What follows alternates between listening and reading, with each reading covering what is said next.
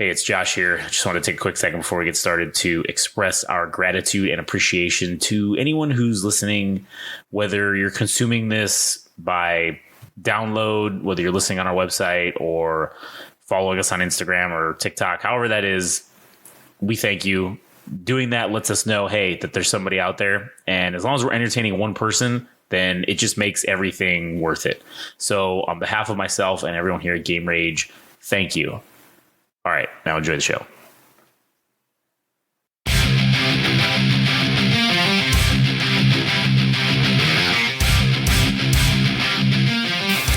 Welcome to the dumbest smart guy podcast on the planet. This is the Central Unintelligence Podcast.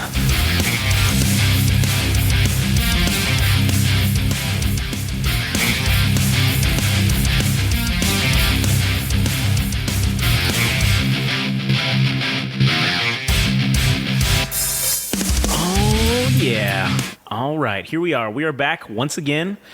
This is the Central Unintelligence Podcast episode. What is this? 12, I said? Yeah, episode 12. You even looked it up, motherfucker. Yeah, I know I did.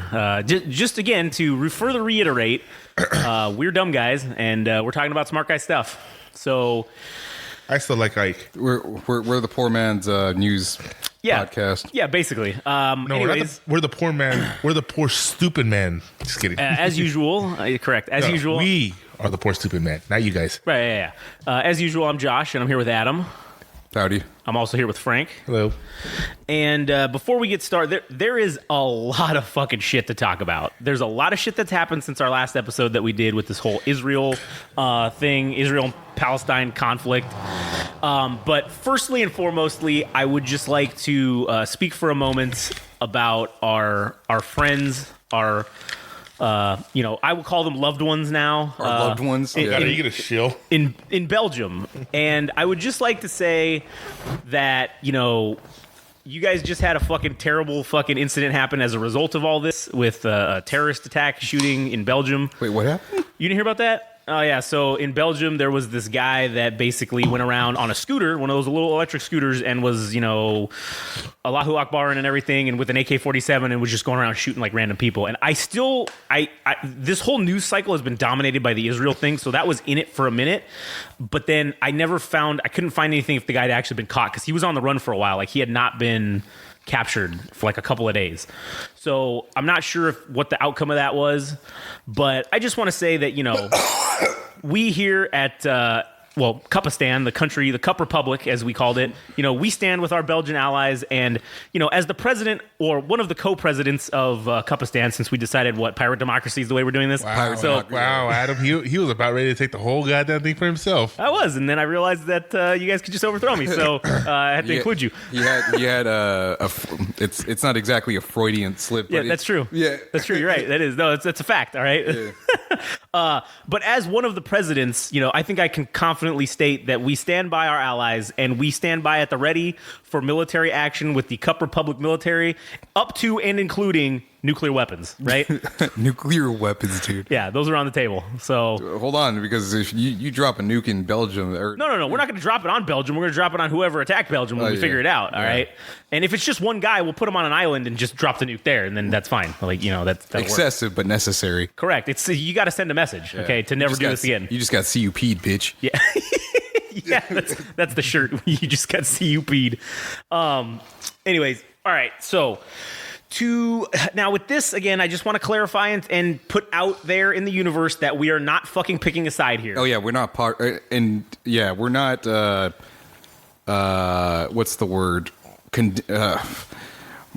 The situation. Partisan, is that the word? We're not. We're non-partisan, I guess. Yeah, I mean, it's unfortunate that thing that happened with Belgium. Right. Yeah. No, we stand by with Belgium for sure, 100%. But I'm talking about we're not picking a side in this Israel-Palestine. But I'm saying that this person is obviously of Muslim faith, right? Sure. Yeah. We're we're not condemning people that are of Muslim faith either. Like, it just happened to be one instance of one person losing their mind. So. And that's why I said we would nuke whoever did this, not like all people who are, of a certain faith.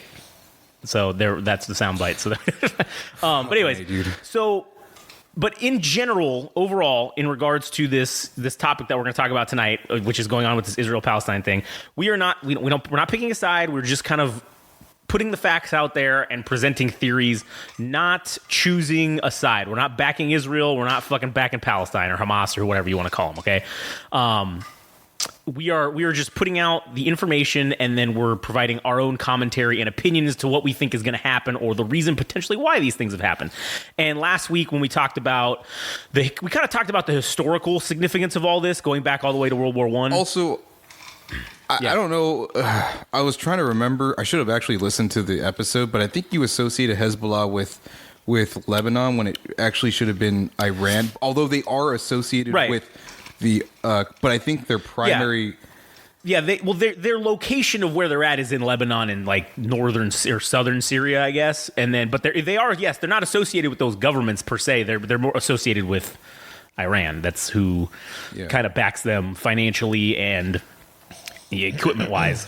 I have to say, dude, this thing is very fucking convoluted. Like, we talked vaguely or just very superficially about the civil war in Lebanon. Mm-hmm. Dude, I had a hard time like understanding, like, because I understand that there's different Muslim sects and not everybody gets along with one another, right? And it's just it's just very hard to keep up with just not only the Hamas stuff in Israel, but like just understanding the entire scope of like that whole region is.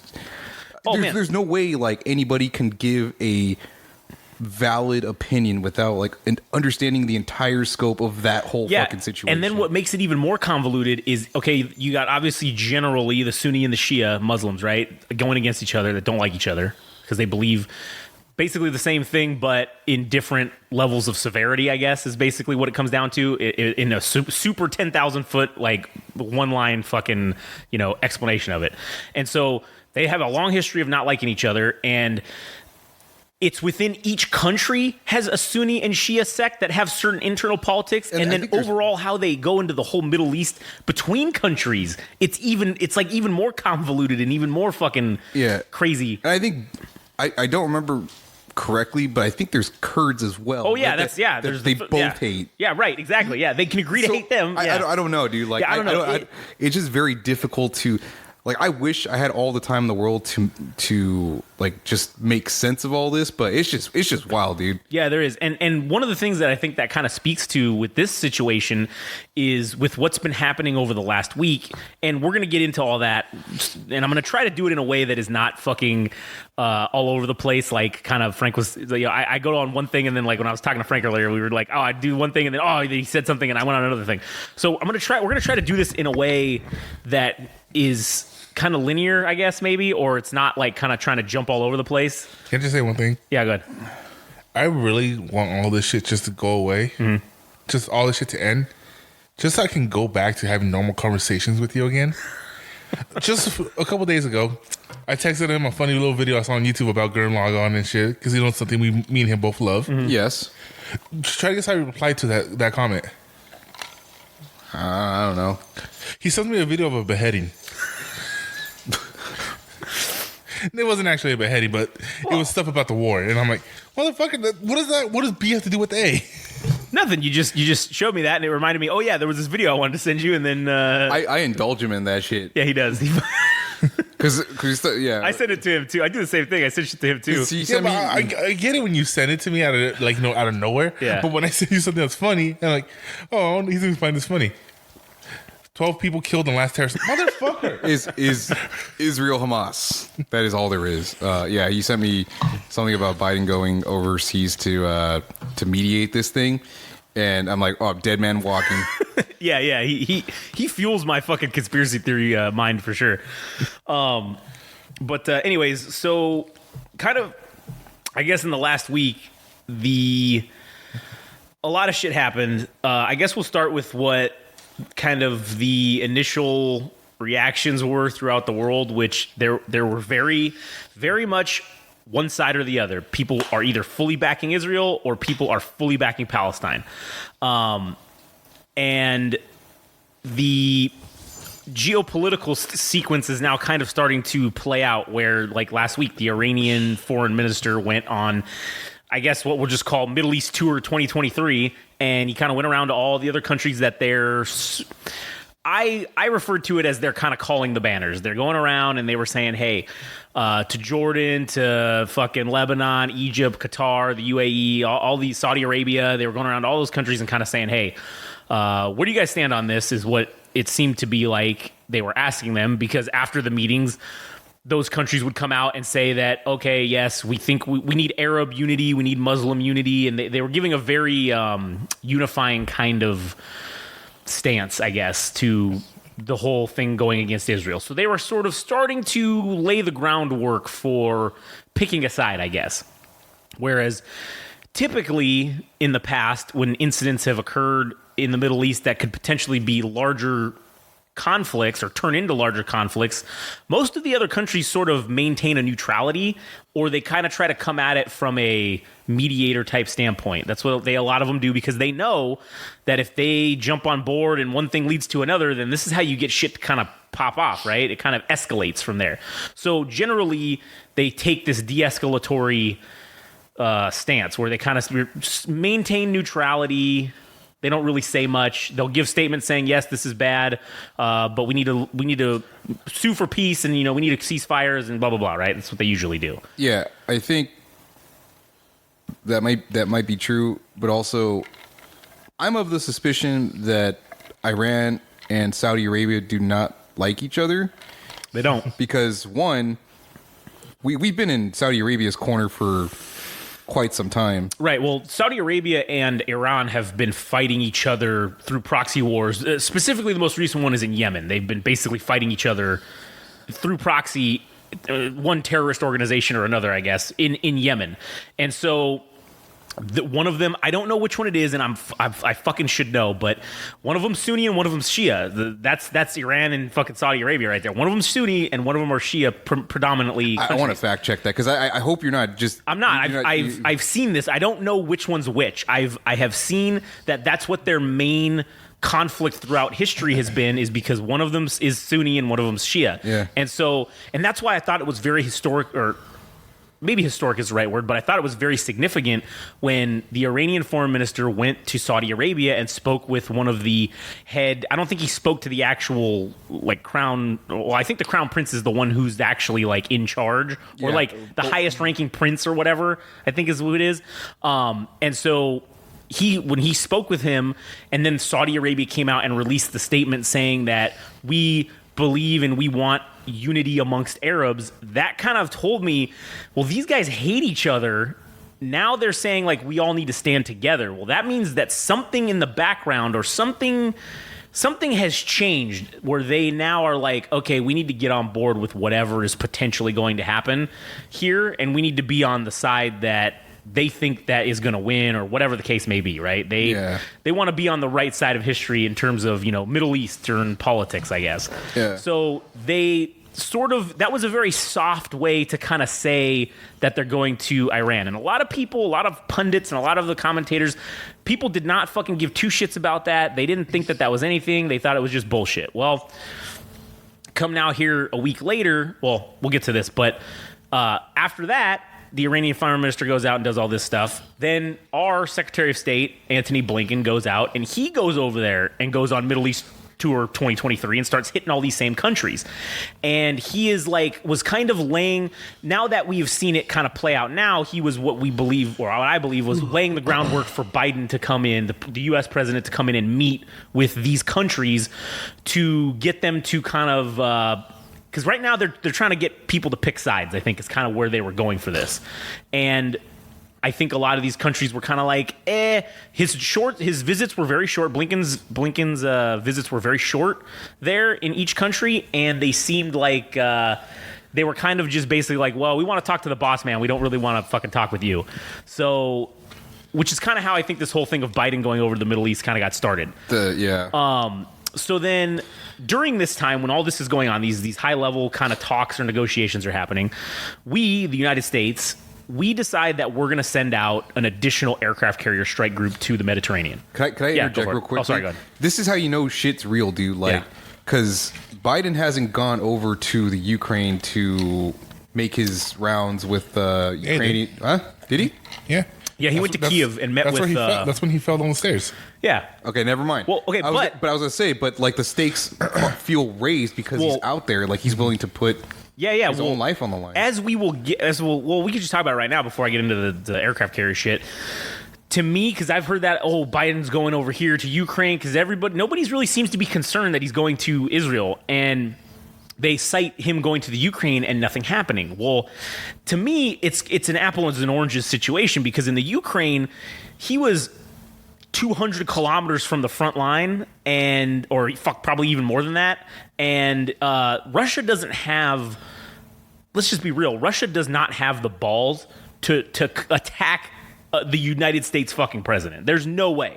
They would never do that because they know what the response to that would be. It would be complete and utter annihilation for the world, basically. The organizations that are in the Middle East that are hostile to us, they do not have that same level of restraint or care. Hey, dude. Al Qaeda fucking came at us right with 9/11. That's what I'm saying. And they pulled it.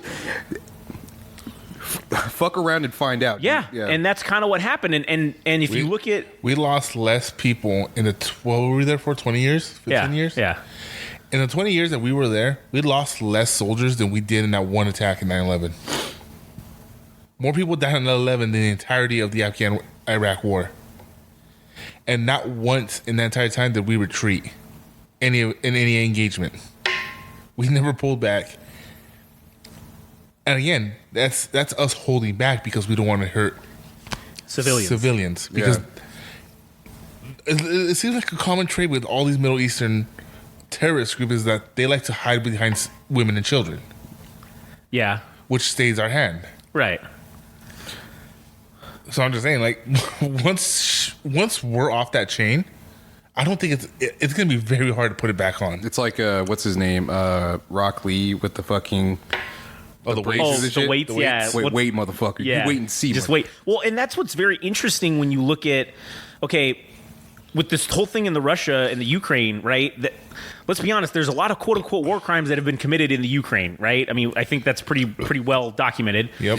Yeah. In this situation in Israel and Palestine over the last week and a half or however long exactly it's been, there have been a lot of civilian casualties, right? That's indisputable. Yeah. Now, whether or not we want to say that it's war crimes or not, whatever, leave that up to interpretation. But the fact remains that it is being normalized that killing civilians is not as bad as it used to be, I don't think. I think that, it sucks, obviously, but within the scope of our media and how things are going, it's being portrayed and framed in a way where, there was one Hamas guy in this building, in this apartment complex. They had to take the whole apartment complex down. They couldn't just go in. Where 15 years ago, there was there's this really famous sniper, Nicholas Irving. He had an insane record. Like he got a lot of kills in a short time, and he got nicknamed the Reaper. And there was an instance where they were fighting against this Chechnyan sniper who, I mean, this fucker was all the way back during Desert Storm 1 when he was fighting Russians. He had been fighting this entire fucking time. He was, according to him, one hell of a sniper. What's up? No, hold on a second. I was just checking to make sure. Okay, yeah. All right, we're good. It was just kind of delayed, so I was just double checking that we weren't recording off the computer microphone again. Oh, but when you tap this and it goes, that means we're for sure recording on this. Yeah. All right, so go ahead. Sorry. And they were engaging, and they knew where he was. He was on this apartment building, and he literally killed their commanding officer. He was shooting them. They knew where he was, but they were so close to other civilian to the other houses and stuff. They said, "No, we're sorry. We can't strike it. We can't strike it. You're on your own. We'll drop flares if that helps." So yeah, and that's what's very glaring about this conflict is 15, 20 years ago when we were in Afghanistan and Iraq, the whole world said we were committing fucking war crimes, and we kill a couple civilians and they would just lose their shit on us, right? I mean, we were in the, let's not try to paint ourselves as like the victim or no, heroic or anything like that, because were those war is justified? I don't think so. I don't think, but we did it ethically, right? Well, that's what I'm saying. I don't think that it matters because we did it ethically, and what I'm saying is, even us doing it ethically, yeah, casualties still happen. It's war. That's kind of how it works. But for the couple civilian casualties, we were just condemned by the whole rest. That's why we renamed them Freedom Fries from French fries, because the French, basically were decrying all these horrible things that we were doing in those countries, and they weren't supporting us, right? Well, but now in this conflict, you have massive civilian casualties happening at a very fast rate, and the people who are supporting either side are turning a blind eye to it. But then they're saying, "Oh, the other side's doing it," but they're not recognizing their own side doing it. You know, my favorite thing about this, because I don't believe in God or anything, is the absence of God, dude. Oh yeah, on both sides, that they're not choosing civility. Right, yeah. They're choosing violence. It's so ironic, dude. It's super ironic because this whole thing is essentially, when you boil it down to one issue, it's religion. It's which God is the correct God, essentially, even though they all have the same one. Right. And which is the weirdest fucking thing. Like, they're attacking the Jews, and then they also in Jerusalem they're fighting against the Christians. All three of these religions. And they're all three worshiping the same God. And they're still killing each other in his name to kill the other person who worships the same God. I mean, really, if we think about it, the Crusades never ended. I mean, they just got toned down a little bit, I guess. Yeah, and the hardware got better. Yeah, it's true. Yeah, the hardware got a lot better. Really better for one side over there. Yeah, that's true. That's true. Yeah, we do all right for ourselves. But anyway, so to go back to the carrier strike group thing, I want to go back to that for a second. So which one? Well, okay, so the first one was already out there, the Gerald R. Ford. Okay, that's a quick side note. Mm-hmm. Do you know that Gerald R. Ford is the only president in U.S. history that never got elected? Wait, what? He's the only president to never be elected. So what happened? So he was really good friends with this other guy, and he went off to do his own thing. And then this other guy came up and called him up and says, "Hey," this other guy being Richard Nixon. Okay. Says, "Hey, man, my vice president got caught taking a bribe. You mind just filling in for him until the next election?" He goes, "All right, sure." And then Nixon gets impeached. He steps down as president, and Gerald R. Ford becomes president of the United States. And then he didn't win the re-election, right? Because what was the first thing he did in office? He pardoned Nixon, yeah. Yeah. And all three sides, left, right, and middle, were pissed at him. Dang. And so he's like, "You know what? All right, I don't give a fuck then. I ain't going to get reelected, so I'm just going to do whatever I want," yeah. And then I don't know if you, the Fat Electrician had a really great video about this, about the, he called it World War III, but it was called Operation Paul Bunyan, where before we had the DMZ between North and South Korea, we had this, like, I forgot what it's called. Basically, both sides agreed that this was neutral territory. So it was the only way North Koreans could go into South Korea. It's the only way South Koreans could go into North Korea. Right, okay. And the whole point was this area was just to exchange prisoners and shit. Yeah. So on this side of the border, there was a tree, a poplar tree. And that tree was blocking one of the bases' ability to look at one of the Korean bases. Korean bases. Yeah. So they went in there to chop it down. Yeah. Because it was still technically on the South Korean side. And North Korea sent a bunch of guys over there, and a lot of shit happened, and they ended up killing 2 Americans. And so Gerald R. Ford says, "All right, we got to be proportional in our response. Because you're not allowed to carry guns. You're not allowed to carry any kind of guns." So he says, "All right, go in there with handguns, because they're basically not guns." And axe handles, just the handles. The South Koreans are like, "All right, cool. We won't go in there with anything." They pull up. Oh, yeah, by the way, pull out a big bag underneath their Jeep. Had a bunch of fucking rocket launchers, M16s, fucking all this shit. He goes, and they were all mad at the Americans. "You guys, that's all you guys brought?" He goes, No. It's more fun. It's not more fun to break the rules. It's more fun to make the rules pointless. Yeah. He goes, because they say we can't bring guns into the zone. They didn't say anything about above. And above they had like a bunch of Huey helicopters, Cobra attack helicopters. Was it 12 Buffs? Yeah. 12 Buffs, and then a bunch of F4 Phantoms, and off the coast was an aircraft carrier. And that was just General Air Force saying, "Fuck it, send everything." Yeah, send it off. And they had over 120,000 soldiers ready just to fucking go in. Send it. Yeah, and the motherfucker gets an aircraft carrier named after him. Not just the aircraft, the most advanced one. Yeah, that's true. The newest one, the best one so far. So far, what's supposed to be the next one? He's supposed to be the last one named after a president, right? Because after this is supposed to be war heroes. I guess, yeah. Because they didn't want to name one after Trump. Right, yeah. So because it's Obama, and then the next one's gonna be after some other war hero or whatever. But anyway, what's wrong, Adam? Oh no! So we got that carrier group strike group over there, which generally aircraft carrier strike groups kind of consist of about 8 to 12 ish ships, right? So vessels, because that's not counting fucking the aircraft. Right? Yeah, we're just talking about the ships. The combat ships proper, that's not even the support, couple ships that they have. That's just combat capable. To mention that fucking was it LHAs are technically support crafts, and they're fucking they're mini carriers. That's true. Well, that's that's what I'm gonna get to. Those are in amphibious readiness groups, which those are anyway. So we got that one that's over there. That was currently over there. The Gerald R. Ford strike group was over there. So that was chilling, just waiting. Then we decided that we were gonna go ahead and say, you know what? Let's fucking send over another one. And so we currently at the time we had 4 active aircraft carrier groups. Not counting the one in Japan. Counting the one in Japan, we had because that's the one we always keep there right standby. There's always one active there. Okay, so we had four.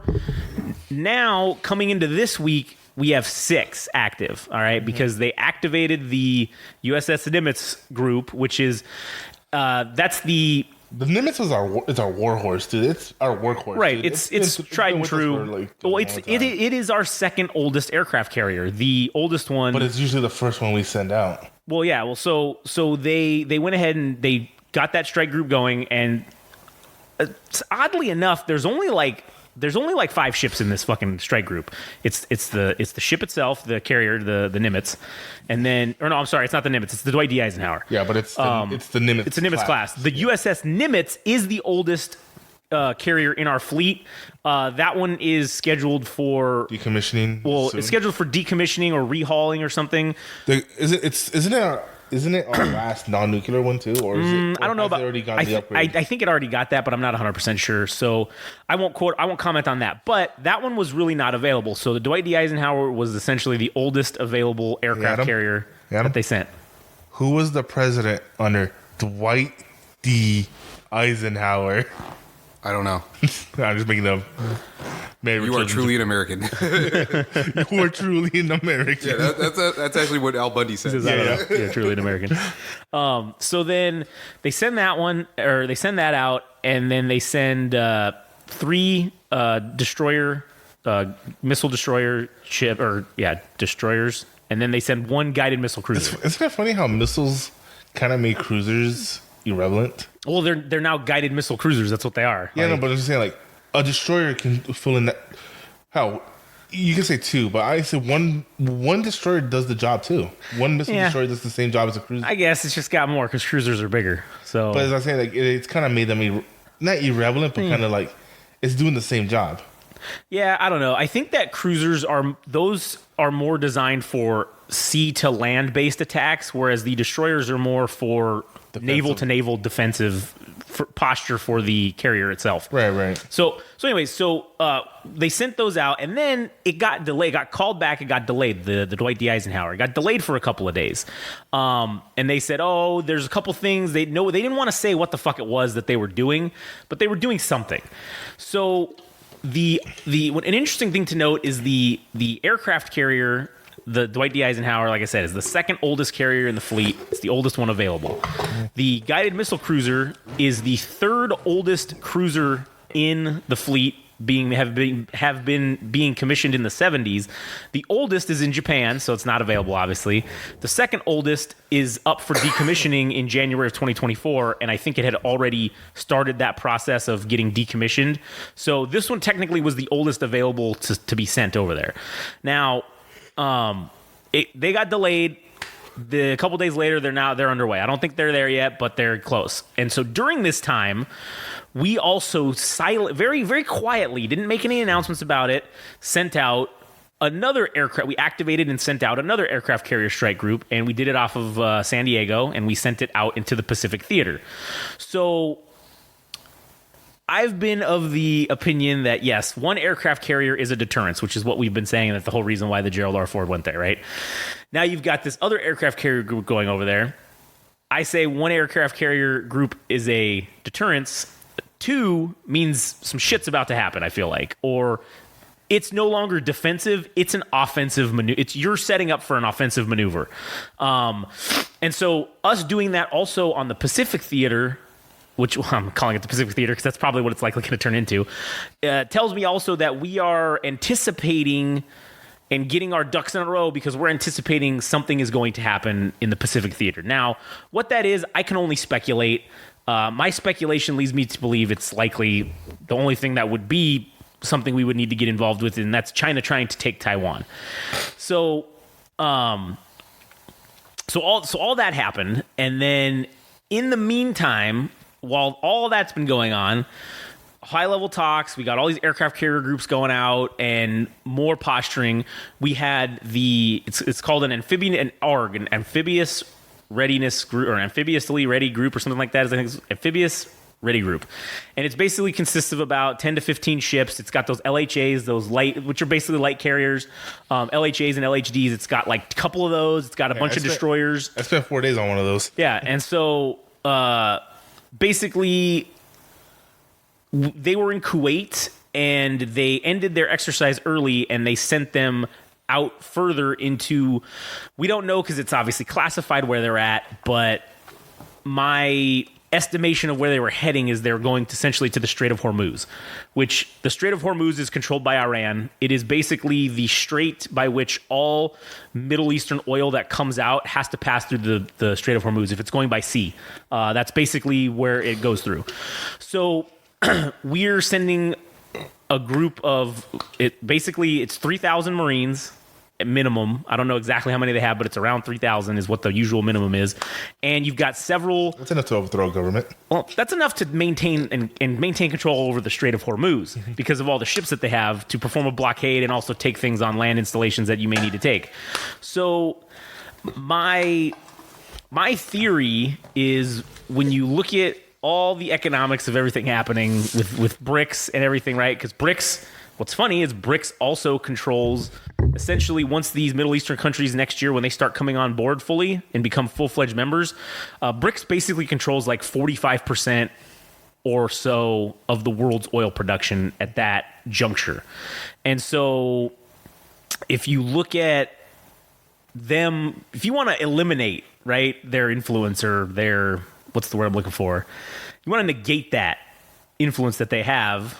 If something pops off and China's going to make a move or somebody's making a move and they're doing it obviously in the Middle East, if we get involved, well, we're going to have to just fucking take the Middle East, right? Because, now this is my opinion now, because if the Israelis get in trouble and we're going to have to come bail them out, then the rest of the Middle East is going to jump on. They're going to pile on Israel. That's kind of what we're trying to avoid, I think. But as things have been progressing, and, you know, we'll maybe get to my reasoning for this right after this part, but I see it now where the lines are being clearly drawn. The battle lines are starting to be more defined as to whose side everybody's on.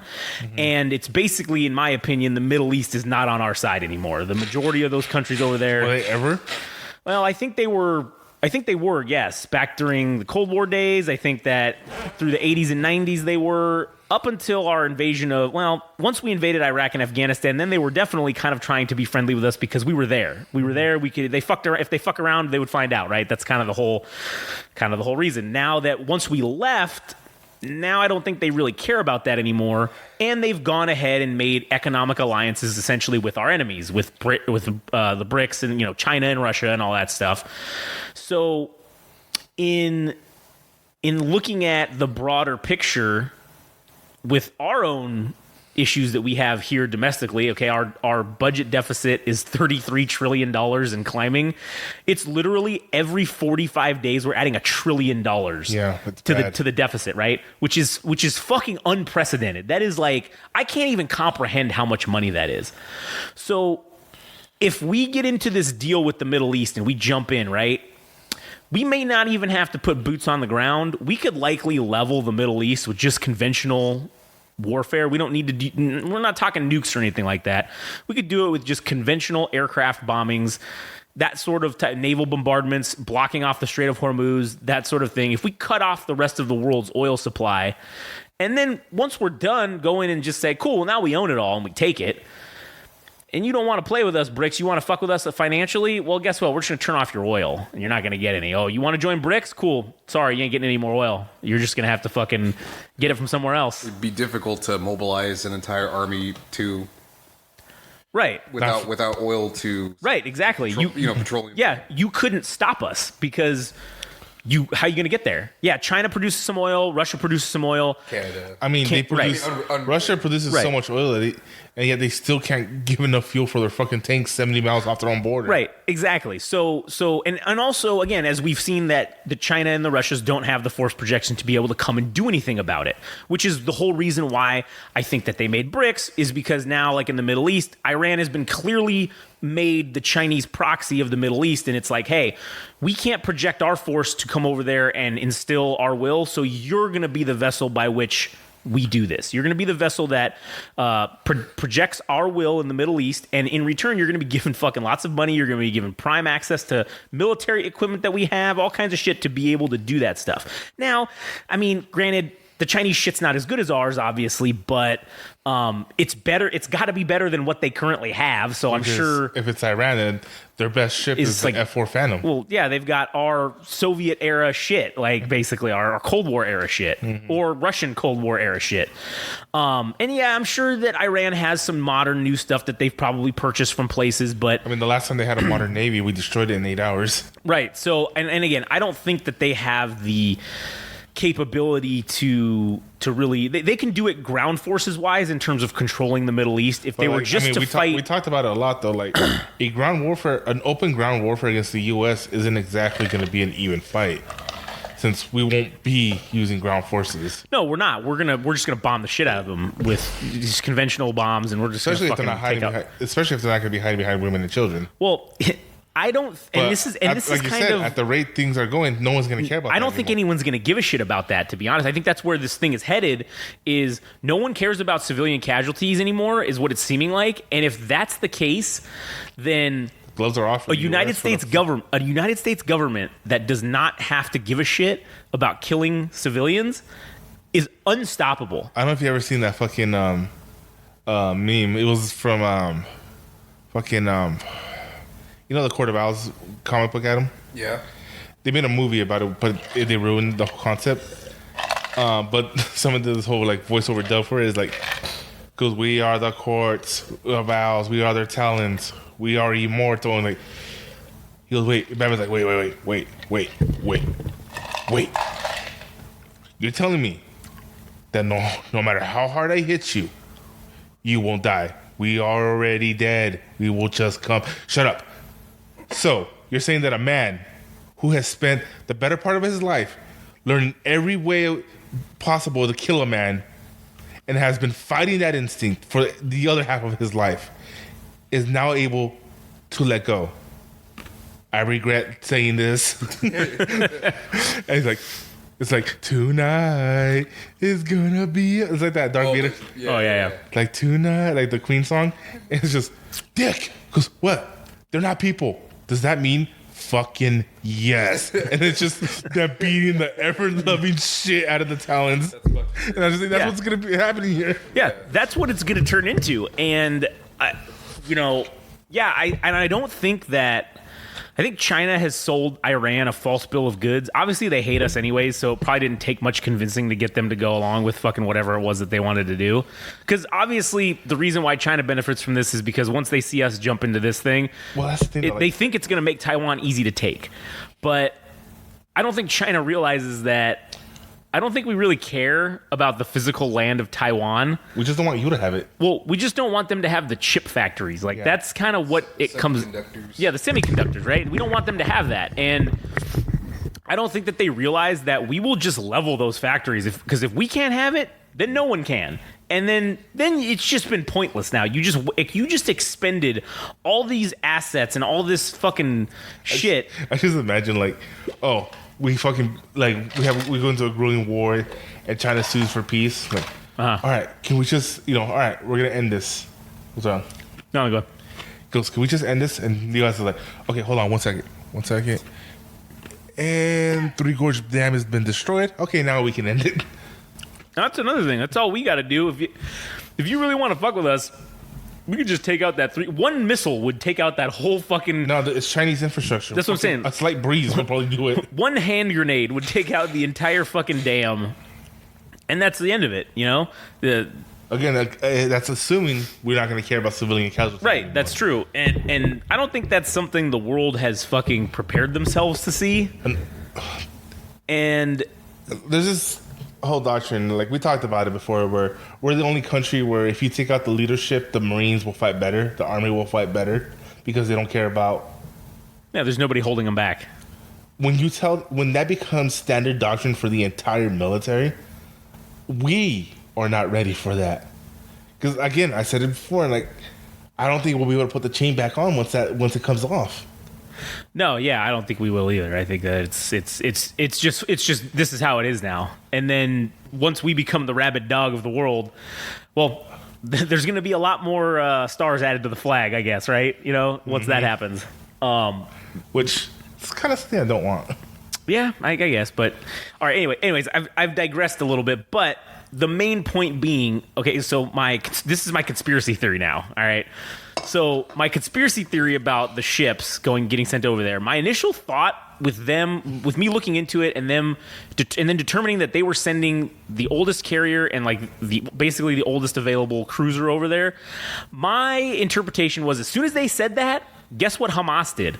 They posted a video of them using anti-ship missiles and training with them. And then Iran came out with their hypersonic missile. Right, well, that's what I'm saying. So, like, my conspiracy theory was that, we were going to send the oldest shit that we were going to decommission anyways to sacrifice it. Because, granted, sure, they can hit it with a missile, but you don't really know what's going to happen. They might punch a hole in it, or they might sink the whole goddamn thing. You can't really control that.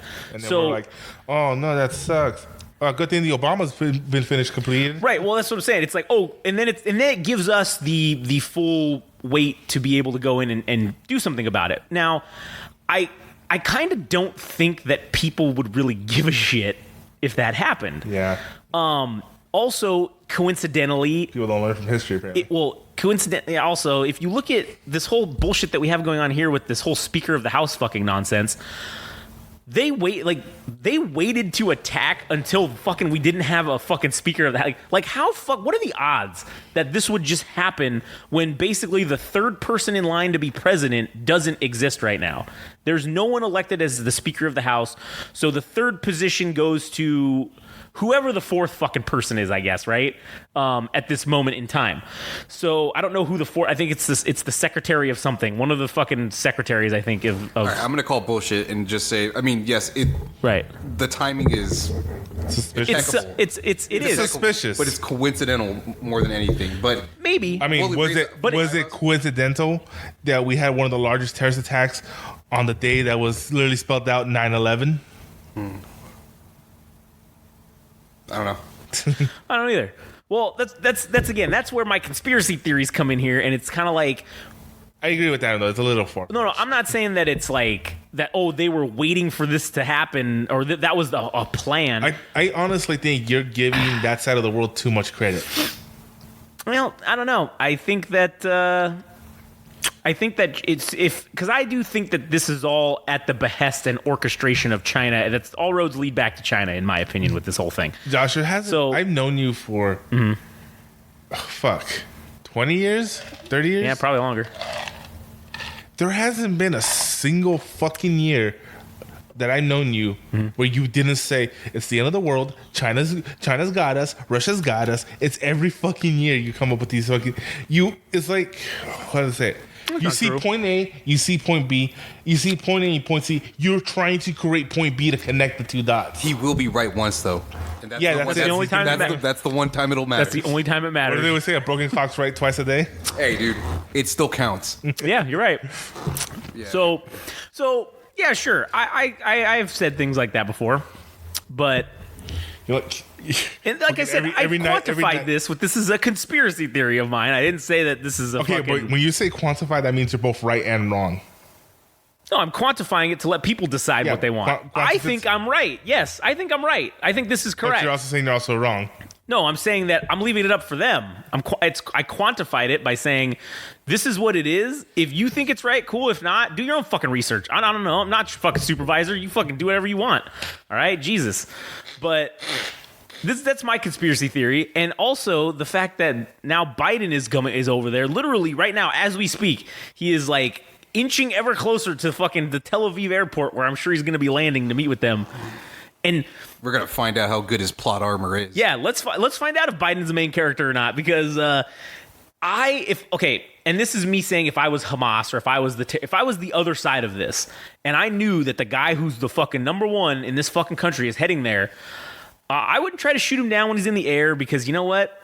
The Air Force One and its fucking aerial convoy has more air defenses than fucking anything could ever fucking probably hope for. Sure, you might get lucky if you overwhelm it and you might hit it, or who the fuck knows. But that's not where the money's at. The money shot is if you let that motherfucker land and then you launch every fucking rocket you have at the Tel Aviv airport. You don't even have to fucking hit Air Force One. All you got to do is hit the runway bad enough to where it can't take off. And then what do you got to do? And that's when the U.S. realized, nope, we have hover technology. Yeah, right. That'd be funny. But what are they going to send to come pick them up? They're going to send a helicopter, right? What's real easy to shoot down? Helicopters, because they're big, they're slow, they can't really maneuver that well. Sure, they have a limited number of fucking chaff and flare fucking things they can pop. So, I mean, like you said, we will find out if his plot armor is thick enough with this. Because if I was the enemy or the other side of this, I would be just like, oh, fuck yeah, guys, this is it. We fucking got our opportunity to fucking strike something big. I would take it if I was them. I don't know, man, because ever since the opening of Salvo, they haven't been able to get much through the Iron Dome after that. I think they kind of blew their load with that first round, unless now that the word came out that Russia and China rearmed them. But well, I think it's hard to know because they came in with motorized gliders. Well, no, I'm talking about the actual. Jesus fucking Christ, right? I'm talking about the actual, because the way they got past the Iron Dome is they overwhelmed it. They just launched a shit ton of missiles. Yeah, they launched like 3,000 missiles in like. And that's my thing. Is like a couple that was days. the only way they were to get past the Iron Dome. So, and it kind of makes me wonder if they blew their load with that one, because ever since then they haven't been launching a shit ton of missiles like that. Yeah, I think they're. I mean, it feels like they're a poverty operation. And historically, they have been a poverty operation. I was just saying, like, it probably took them all this time just to be able to get this one shot. I don't know, man. I feel like that because now it's not just them in Gaza or whatever. It's them it's those fools in Hezbollah in the north. They have not launched a massive rocket attack yet. So if they decided, since they've got a whole shit ton of missiles they've been hoarding, well, maybe they do it. They're obviously concerned about them coming in and invading from the north. That's why they've held off on this invasion of Gaza, or this ground forces of Israel going into Gaza. They couldn't go because of rain. Yeah, but it hasn't rained in 2 days now, so now they're waiting because of this thing in the north. I was being sarcastic. That is what they said though, which is fucking funny. And then they say that, and you go over to like troops in fucking Kuwait, and it's like covered in fucking swamp water rain. Oh, a military that doesn't move in the rain. How nice. Wish I could have joined them. So I don't really know what the dude, like, have you seen the new standards for the military? No. It's fucking sad, dude. Oh yeah, what is it? You know they have a fat camp. Oh yeah, I heard about that. So if you don't, I know a guy who went to that. No, it just started. So if you go to basic and you don't make the qualifications, you go to a fat camp, and then they train you up to do it again. Yeah. And then you're allowed cell phones now in boot camp. Oh, yeah. They don't yell anymore. Yeah, I've heard about that stuff. You know what's funny though is that one of the guys that we know, his son that enlisted in the army, I think like last year or whatever, he went to fat camp because he was too heavy. So they sent him to fat camp for like, I think 3 or 4 months to get him down to the appropriate weight that they needed or whatever, and then PT 24 yeah, fucking hours he a said day. that's what it is. It's basically just PT all day for 8 hours a day. They just PT, and then that's it. And then over time, you eventually get there. And once you hit the standard, then you get to go back to boot camp. to basic training, and then you go to whatever, do your other shit. So yeah, he did that, and that's the thing. Yeah, it's real. It's funny. Like the more I read about like what's his name, Goggins, and like he's like 100% right about the whole success is a state of mind thing. Yeah. Because he was, I didn't know this, but he was in the Air Force before he was in the Navy. And he tried to become a PJ. And he failed. Like literally the last leg. He got injured and couldn't do the last leg of training. And he was saying, it's okay, man. You finished the last leg. You don't have to go through the fast training. And he was saying, you're good. You're done. You got this done. And then the commanding officer called him in and told him, hey, you got to start over. And that's when he gave up. And he says but then he went on to become an actual fucking Navy SEAL, which is way harder training. So it's like he couldn't make it because of his state of mind. Yeah, because he allowed himself to give up by saying, "Oh, it's okay. You got injured in the last leg. You're still gonna graduate." And then when that got crashed down, he gave up because it shattered him. Yeah, but he went on to, I won't say greater things, but he went on to show that, yeah, he could have done it. Right. Because he became a SEAL, right? Yeah. So this whole new aspect of the military is like, we're going to cater to you to make sure you make it instead of, motherfucker, here's the bar. Yeah, here's the standard. If you don't meet it, you're out. Like, yeah, I don't know. But again, because I think we're shifting to a less infantry-based military to a more drones and bombing. And shit. Yeah. Which I mean, I don't remember what the guy's name is. He has like those awesome TikTok videos to show you that you reply to with beheadings. Yeah. With the I'll send you more. Where he's like, hey, painted fingernails can still hold the grip of a jet. The F-35 identifies as a safe space. For us, not you. Yeah. I mean, that's true. But anyways, I'm just saying, like, I was just bringing that. Yeah, you're right. No, I think that's definitely something to take into account. And there was this one thing I saw on fucking it's on 4chan. It was kind of funny, where this fucking guy. What did the guy call it? 4chan Bro-chan? Yeah, basically. This fucking guy said, "Oh shit, guys, that's it. We're going to war." And everybody was like, "Oh, well, what the fuck? Come on, what is it?" And he's like, "Nah, man, you guys, this is it. I'm telling you, I've seen it. It's happening." And everybody was like, "Oh, fuck, come on, just tell us what it is. What is it?" And so then he posted this video of the new Marine Corps and Army recruiting videos that just dropped like that day, and they were literally all the wokeism was gone. It was like just strong men in the fucking things, and they were like, "This is it, guys. We're going to war." And everybody was like, "Oh shit, like they're right, this is it, like fucking they're recruiting fucking actual men again, so this is it, you're right, we're going to World War III, this is happening." So I just thought that was funny because fucking they were like saying that. This is a fucking YouTuber, Nico Ortiz. He used to be in the Army, and like he had a little stint where he was reacting to Army ads, Navy ads, and like dude, like the last couple times that they've been doing it, I don't remember the last time where he had a positive reaction to any of the fucking ads because that's how bad it's gotten. Yeah. God, it sucks. What are you looking at? Nothing, I was just looking over there. Anyways, so back to the issue at hand. Where do I think it's going? Where do I think this is headed? You 100% you think this is the end of the world? No, I don't think that's the end of the world. I think that it's the end of some people's world. That's for sure. Not necessarily us here. And it does go back to the whole thing, like Frank always says. If I have to get up to go to work in the morning, then I don't really care, right? That's that's kind of the whole thing. Wait, what? When did I say that? You say that all the time about like when we were doing the aliens ones, and you're like, "Oh, at the end of the day, if I still have to get up in the morning and go to work, I don't even care." Yeah. Like, do I have to go to work? He's like, you said, if I have to check the box, I asked the question, do I have to go to work? If the answer is yes, then I don't give a fuck. Okay, yeah, I remember that now. Yeah. So yeah, I mean, with this, yeah, likely we will all still be having to go to work more than likely. I don't think that it's going to. Well, the work may be the draft for some of us, I guess, or but so this is, I gotta say this. I have a coworker who's very, very naive is not the right word. Gullible? Gullible, yes. And I was telling him about the whole Biden going to Israel. He got all like, I told him, oh yeah, dude, he's dead man walking, like Adam said. Hey, he got scared. I told him, yep, you better be scared. You're on the first block out. He goes, what? He goes, oh wait, how old are you? 27. He goes, oh, never mind. You're second or third block. But you're prepared. You're going, motherfucker. You're fucking going. Nah. So he's like, oh, I got all scared, but I'm not gonna say anything because it'll dox him. But he has a medical condition that will prevent him from being drafted. Well, that's good. Good for him. Yeah, Good for him. Anyways, also another thing that has been happening that I kind of forgot to talk about is okay. So this.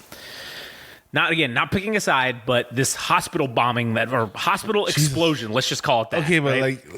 Let's be honest, it wasn't out of the realm of what they would do. No, I'm not saying that. I don't think we'll ever know who actually did it, whether it was Hamas that did it accidentally or whether the Israelis did it. I mean, that's kind of bad for Israel where a hospital bombing can happen.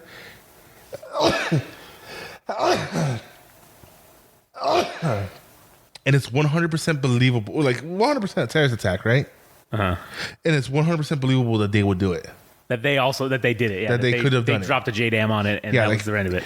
Both sides are equally capable of believable. It's believable that they would have done this, right? And so I'm saying that's a bad look for Israel. Right. And so I wanted to say, too, like about the battle lines thing. I screenshotted it earlier because they came out and said all this. So as soon as it happened, within like an hour or two, you had Iran, Syria, Saudi Arabia, the UAE, Palestine, obviously, Egypt, Jordan, Turkey, and Qatar all blamed Israel for this fucking thing, right?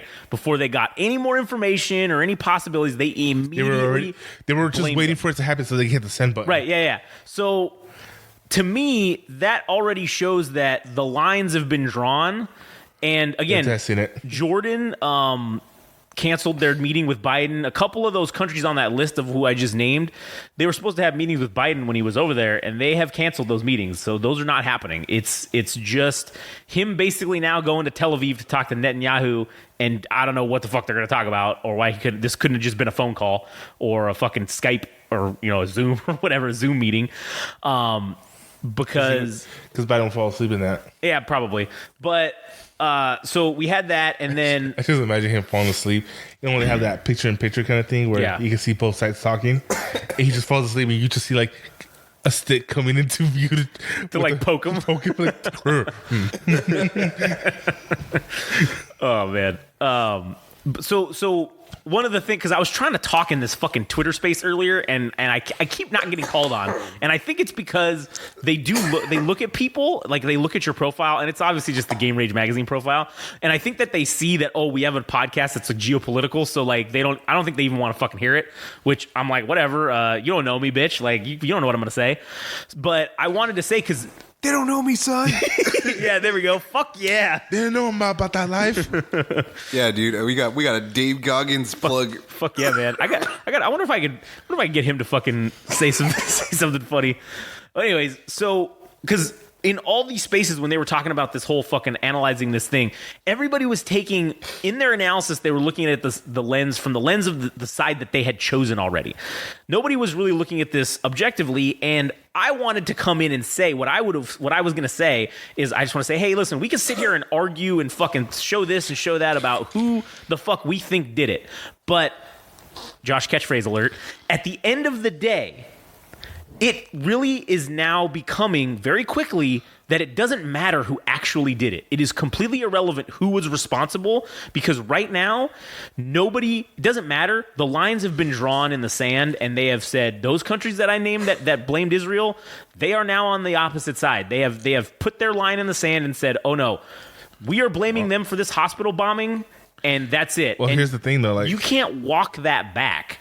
Once that happens, it's not like you're going to come out and say, "Oh, our bad. We said, we did this, or we maybe didn't, we rushed to judgment, or whatever the fuck the case is." Right? That's not how that happens in the political world, especially over there. Everybody usually says things very generally and very vaguely, but they straight out came out and blamed him. So that to me says everything I need to know. But here's the thing, though, like, because you remember how the old saying used to be, the history books are written by the winners? Yeah. With this new modern age, that's just not a thing. That's not. Yeah, the internet exists. Yeah. So the new saying is, and I heard, I don't know if it was a electrician or that other dude who said it best. Wars don't determine who's right, just who's left. Yeah. So that's true. That's how it's come down to that now, where it's not, hey, I win, so I'm right. No, it's like I won. I'm left. I'm here. I'm here. Yeah, that's it. I'm the one that survived. So I'm sorry. What is he saying? I can't hear him from 6 feet down. Dead men tell no tales. Yeah, exactly. That's the new era we live in. Yeah, man. and I was also, if I was going to get in there, I was going to make a Star Wars reference, and I was going to say, you guys are running your mouths about all this shit, but if we look at what Palpatine told Anakin in Episode 3, Revenge of the Sith, good and evil is just simply from your point of view. That's the only difference. I thought you were gonna say, but okay, I understand all this is going on, but at the end of the day, what about the Wookiees? What about the Wookiees? Remember, I don't know if you guys ever seen that meme for Plo Koon where he talks about, but yes, well, what about the invasion on Kashyyyk? Yeah. Oh, right. What about the Wookiees? Yeah, what about the Wookiees? And so there was a meme about, like, every time somebody talks about it, yes, but what about the Wookiees? True. So we need Ja Rule to make sense of all this. Dead men don't tell no tales, dude. that is true. So I don't know why, but that just reminded me of the the beef that's going on right now with Eminem in the game. No. Oh yeah. Like he was talking shit. He did the one thing that every bad rapper does. He attacked Haley because he can't come up with shit against him. Dude, he made a rap that was like a parody of Eminem's style and shit. Yeah. It's like, dude, that's mimicry is like the truest form of flattery, right? And like one of the things he said that was just fucking great was he told he says, "Man, who even bubs Eminem? They don't play his shit in the club anymore, or they don't play his shit at all." And then Eminem had a diss track on him. He said, he goes, blah, blah, blah, blah. He's like, the only reason they playing you in the club is because you're still performing there. I was like, fuck. Yeah, that's good. Eminem is the king of fucking. Snoop Dogg said it. Like Snoop Dogg said it. He's the one guy you don't want to fuck with. Yeah, dude. Even Snoop Dogg said that shit. Yeah, dude. Not that Snoop Dogg. I don't know. That would be an interesting battle between them two. Machine Gun Kelly went from fucking doing rap to rock to punk rock because he couldn't cut it. Dude, I was watching those things that when he called Machine Gun Kelly Stan, I was like, fuck, that's game, dude. I didn't even see that shit coming. That was game. Yeah. Yeah, Eminem beat him so hard that he had to go fucking into a different genre. And then Slipknot beat him so bad that he had to go back. And then... And you know what's funny is essentially, to tie it all together, if the United States enters in, we're going to beat whoever the fuck it is into having to do another fucking... They're going to be in a different genre of life. That's what's going to happen. They're going to... Was it... What did the... Yeah. Whether the fellow Tristan said about the Air Force chair force? Because they're chair force because they're desk receptionists. They will schedule you an appointment with the deity of your choice from a distance. Yeah. It's true story. So... there's a lot. It's still this is still happening. There's a lot going on. It's still a very fluid situation overall. Before you end it, yeah. Did you actually see the images? Not the videos. The images of the hypersonic missile that Iran made. I haven't seen any of it now because they announced it a few days ago. And dude, it looks. I'm not knocking it because I haven't. No one knows what it can do. No one's seen it, but it straight up looks like a GI Joe toy. What if it is? What if it's just a large fucking GI Joe? Well, remember China was saying, "Oh, we got this new all-terrain vehicle that our military is using," and they showed the photo of it, and then some guy's like, "Dude, that's the vehicle they made for Prometheus, the movie. You guys bought the movie prop and are pressing it off as a military vehicle." That's pretty funny. You know, what'd be funny, or rather interesting, is So you're talking about like the BRICS and a lot of the nations that are being added are oil nations, right? Yeah. So it'll be interesting to see if like just the other countries of OPEC join as well at some point. Yeah, I think that's because then that would spread the frontier to, I think, like South America, Central America as well, to extend their sphere of influence. Yeah, like the power of BRICS, the BRICS alliance itself. Yeah, no, definitely. That does look like a fucking G.I. Joe toy. But yeah, and that's where I think it's headed. That's where I think that they were headed, is they wanted to, because I think that's the whole reason why they want to enforce their will, or how they're going to enforce their will, is by, if you don't want to play with us or you don't want to join, that's fine. We're just turn off your oil supply.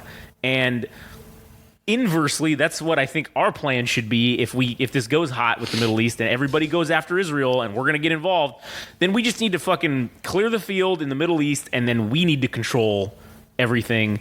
And then we can then say, oh, hey, BRICS Alliance, you guys want to fucking put sanctions on us and do whatever bullshit? That's fine. I don't know if this is real or not, but this is supposedly Iran posted a hypersonic fighter jet concept that they're going to build in Russia. That looks like the G.I. Joe fucking... That's like one of the G.I. Joe fucking airplanes. Like the Cobra, I think it's a Cobra plane. Dude, doesn't it look stupid as hell? Yeah, it does. It's the Temu fucking... It's Temu F-22. No, that's a Temu J20. Yeah, there you go. That's a Chinese knockoff of the Chinese knockoff. Damn. And then one of the other things that I was going to say too, real quick, before we go about the whole thing going on, that a lot of people in, like I said, these things that I listen to, they are very heavily picking one side or the other, and they're just looking at it from that lens, and no one wants to look and understand any of the historical relevance of any of this, and they just kind of want to just jump on and like they just want to put another flag in their Twitter bio. Yeah, and fucking, and a lot of these people don't really do like the research. It's all just like I mean, we talked about it last time. Like the whole shit with Mia Khalifa, she's doing all this support for that one group, but as we said, if she was with that group, they would have fucking killed her. Yeah, exactly. So I definitely think that this is going south very quickly. It's continuing to deteriorate, and I think it will further deteriorate over the next week until we obviously do the next episode.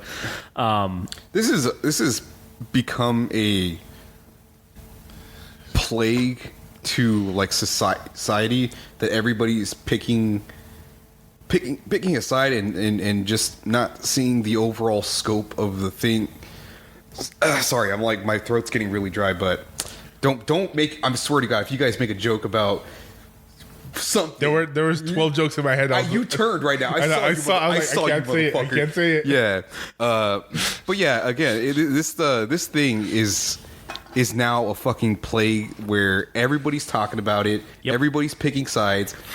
There are agitators. There's people that are just so adamant about the position that they hold that they can't see anything else beyond that, and it sucks, dude, because honestly, I think it makes for great content, obviously, but fuck, man, like I'd rather be talking about something else.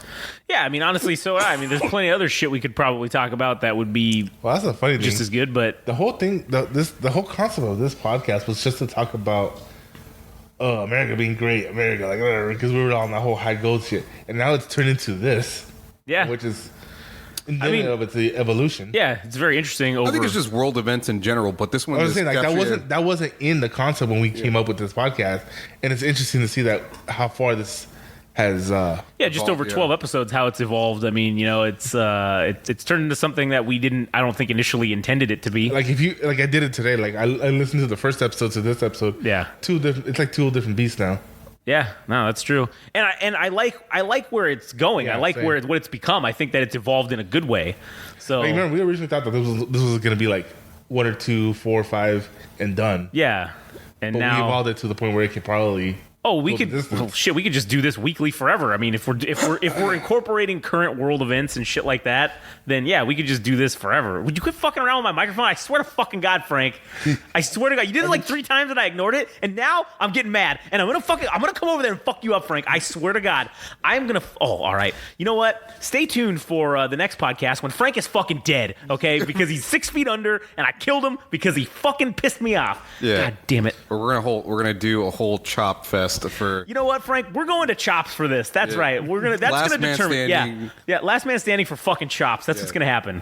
Fucking Frank, you piece of shit. At least your phone didn't go off this episode. God damn it. Look who's talking last time. Look who's talking with what? Your phone went off like twice. Oh, whoa, no, it went off one time, and I said, "Oh shit," and then I silenced it. So go fuck yourself. All right. No, that's why I say twice, because then you would. If I would have said once, you would have said no. It never went off. Yeah, you're right. I would have. Who's right, Frank Dance or puppet Josh? dance. We're having our own Hamas-Israel conflict. Oh, who's who represents who and which? God damn it, Frank, you fucking son of a bitch. Keeps fucking putting the mic in my mouth. God damn it. He's just mad because it's smaller than his usual customers. Yeah, we have our own crisis on this podcast now. Yeah. The Cup Republic is in crisis, okay?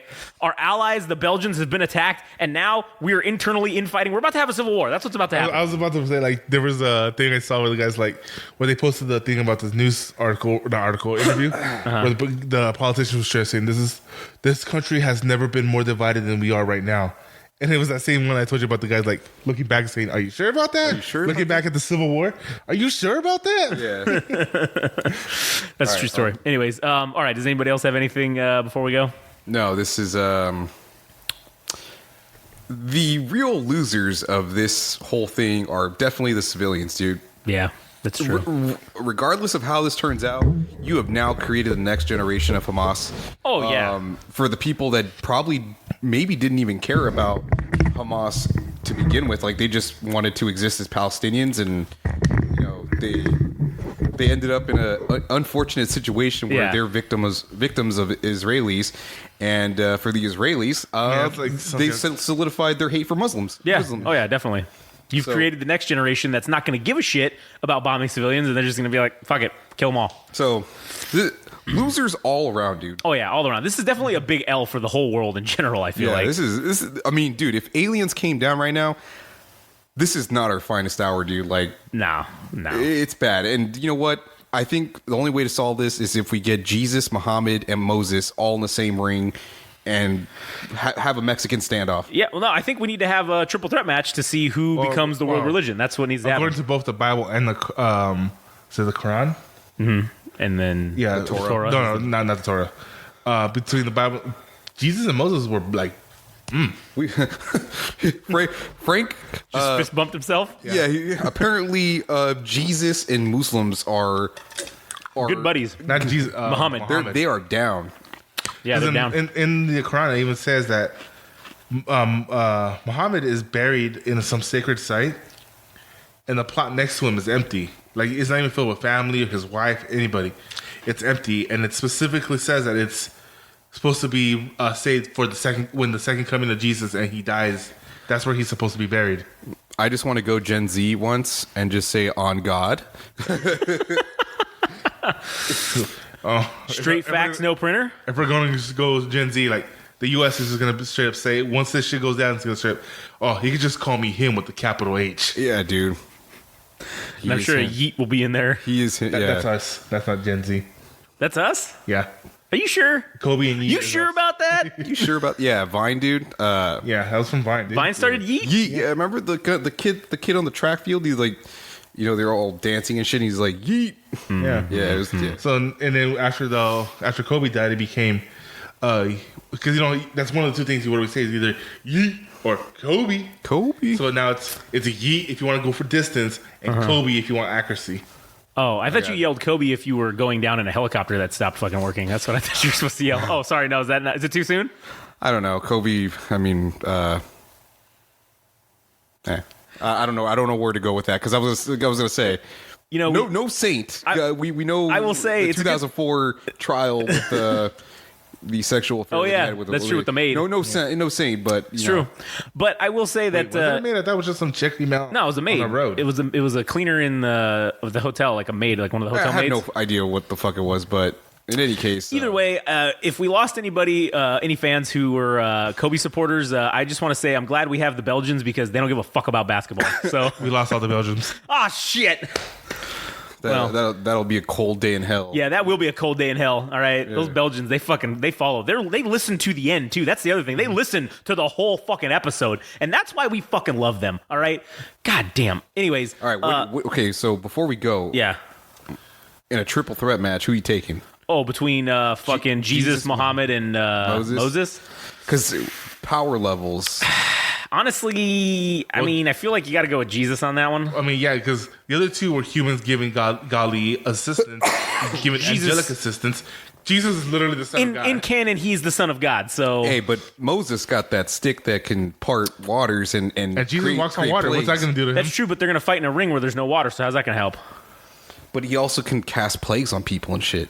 And Jesus can cure them. That's true. Damn it. Negated. The meta's pretty good here. It is really good. Yeah. It is good. Yeah, And man, then Jesus might be... I'm telling you, I think Jesus might is going to take tier. it. I think... And then no, it's not going to go down that way because in the middle of the match, as he's about to get the pin, Kratos is going to come out of the crowd and get with the steel chair. Yeah. that's true. We're waiting for that... And they're going to be like, oh, God, the God of War has entered the ring. Good God Almighty, what's going to happen now? And then literally the lights go out, and then you just hear bong, and then the Undertaker comes out and fucking levels the plank, nukes the field, and kills everybody. And then the Undertaker is now the choke slams all around, last ride. Choke slams them all to hell, mind you, okay? Yeah. Because the Undertaker, as we've learned, is the one true God of everyone. And then Jesus will be reborn as Shawn Michaels.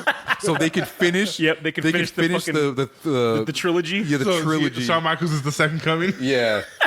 And it'll be the sweet chin music heard around the world for where Shawn Michaels might actually win because he is the divine son of God. Yeah, he's the reincarnation of Jesus. He's the second coming of Christ. Man. What a great segment. That would be. You know what, you guys? I think that should be one of our issues. It's just we should do that in a. It's like a hate. It's like one of the wrestlers having a hay fever. Yeah, like he's got COVID. He's having a COVID fucking I swear dream. to God, we sounded like we were huffing paint and like doing shrooms. That was. But the person who said, "Oh, I want to make a fucking manga. It's an isekai about a girl who becomes a vending machine." That got greenlit. It's an anime now. Yeah. Why couldn't this fucking get? It's gonna get greenlit. You want to know why? Because we're greenlighting it. Okay. Yeah. We're not waiting around for some other assholes to fucking tell us what to do. We're doing it. So yeah, if you listened this far, stay tuned for the fucking the manga / comic that we're doing about pro wrestling, and then there's another one that we're doing too. We're doing two of them. So stay tuned for those. Those will be out probably in the next couple of months, hopefully. Available to purchase on GameRageMagazine.com. Anyways, or on Pirate Bay for free. Or you can just go to Pirate Bay. The Pirate Bay. We're gonna post them up on Pirate Bay. Try to get our own hype going. Hell yeah. Oh man. Anyways, and then in those issues, you will likely see this triple threat match take place. The Jerusalem screw job, dude. Oh man. Oh man. That's great. Damn. Oh, this is class. All right. Anyways, we will end this podcast now, unless anybody else had anything to say. So, again, if you listened this far, thank you for listening. Go to GameRageMagazine.com. Go to Instagram and TikTok at Game Rage Magazine, and then go to Twitter /X at Game Rage Mag, and you can listen to all our fucking podcasts and all of other shit, and hopefully have a good time. A quick quick thing to note is that we are very thankful for the boost in numbers that you guys have. Fuck yeah, yeah, that shit was rad. It's fucking sweet, and it's noticeable too. That's one of the things that is cool, is like looking at the analytics and just randomly checking it and then going, holy shit, look at all these people that listen now, and these additional people that listen in Belgium, in another city that's not even this Brussels that has been before. It's like some other city, which is even cooler. Yeah. So, and then also, yes, of course, the rest of the world. Yes, it's not just about Belgium, but yes, you know, I mean, we'll recognize them too. Okay, yeah, whatever. But Belgium, that's where it's at. Oh, Godzilla first!